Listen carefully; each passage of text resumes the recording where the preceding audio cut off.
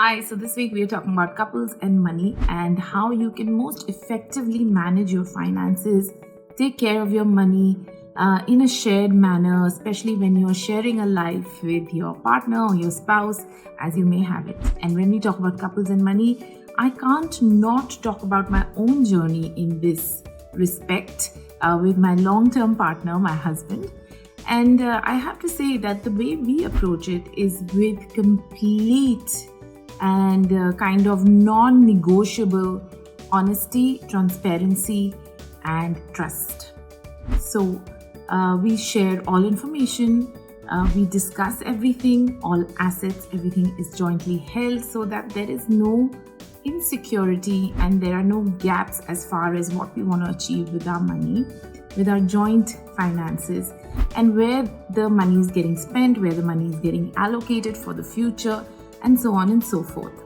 But I do understand that every couple is different and the need of every couple is different. Nevertheless, there is this benefit of sharing your finances. If you are a couple, whether you are both earning, whether there is only one person who is earning, when you start to be more communicative about finances, that's when you start to hit all the right notes and make decisions which are more kind of conducive to the family as a whole, rather than just kind of assuming that it will work and then finding out years later that the financial decision you took was not maybe aligned with the interests of the rest of the family.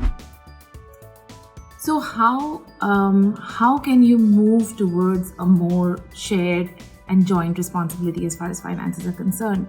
And let me tell you, money is always an emotional subject, and especially when it comes to just one spouse earning versus the other not earning. What happens is that emotions such as guilt, insecurity, underconfidence, these are all that come to fore, and these are all stories I have heard, especially from women who, for whatever reason that they may have, take a backseat on the earning front and let perhaps their partner or husband, whoever, do most of the earning. Even if it's the other way around, or even if it's just a partner you're staying with or roommate even, because even roommates are couples in a sense.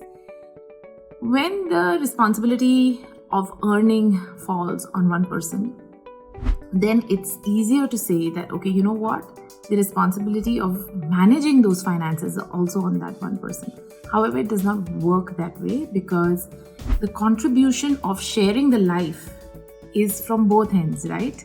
And finances go into that life which you're sharing.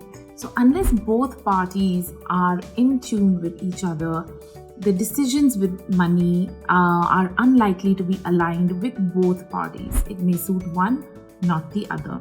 So the way to approach this, if you're not on the same page as your spouse or your partner as far as money matters are concerned, is to first be aware yourself about what your positive and your negative money strengths are. So are you insecure about money? Are you underconfident? Are you do you feel guilty about not contributing in terms of earnings? Do you feel superior because you are contributing a lot more than your spouse perhaps in terms of earning? So first be aware of your own money position. Then the next step is to actually communicate.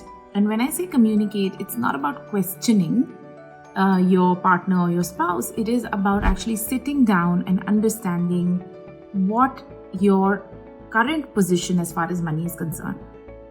You may think it is a certain way, but there have been several instances where, in case of sudden death of a spouse, the living spouse is then left with a lot of debt that they didn't know existed. When we had the demonetization in India, when currency was, changed overnight, there were a lot of spouses who were surprised with how much cash their spouse had kept in the house, and they were not able to convert all of that cash into the new currency, and they lost out. So better be on the same page, because anything can happen in life, and if you are sharing your life with somebody, then why not share this most important aspect of life as well.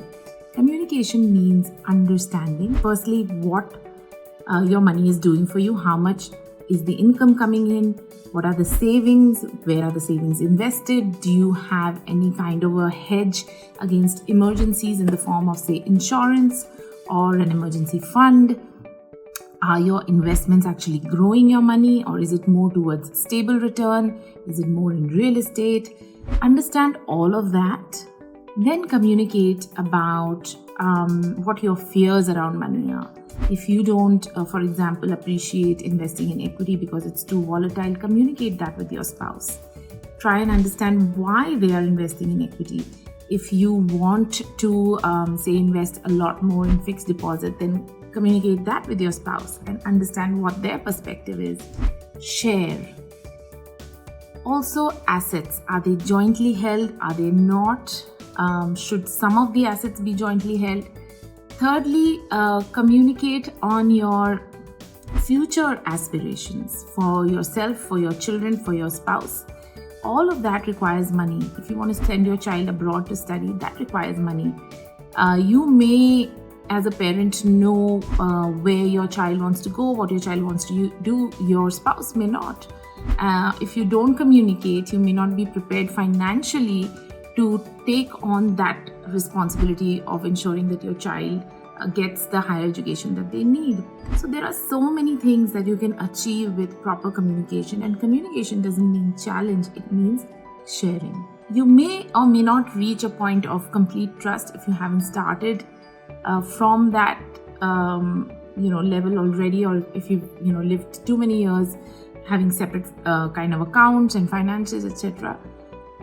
If that is the case, then have, like a Venn diagram, your finances, your partner's or spouse's finances, and have that little overlap. Everything doesn't have to go into that overlap, so you can keep some aside. But that overlap is important for your family. It's important for your family's finances. It is important for your family's future financial security. And it is important to enjoy your shared life in the best possible way together, while at the same time keeping a little bit of that pie only for yourself, or for whatever you want to do, or whoever you want to support, maybe your parents. So that is what shared finances are all about. And managing money as a couple is not difficult if only you are transparent from the very beginning and absorbing your partner's inputs, your partner's criticisms, your partner's dreams and aspirations with what you both want to do with the money. And it's never going to be your way or your partner's way or your spouse's way. It's always going to be a meeting in the middle. And to find that meeting in the middle, you first have to be aware of what your money or your family's money is doing.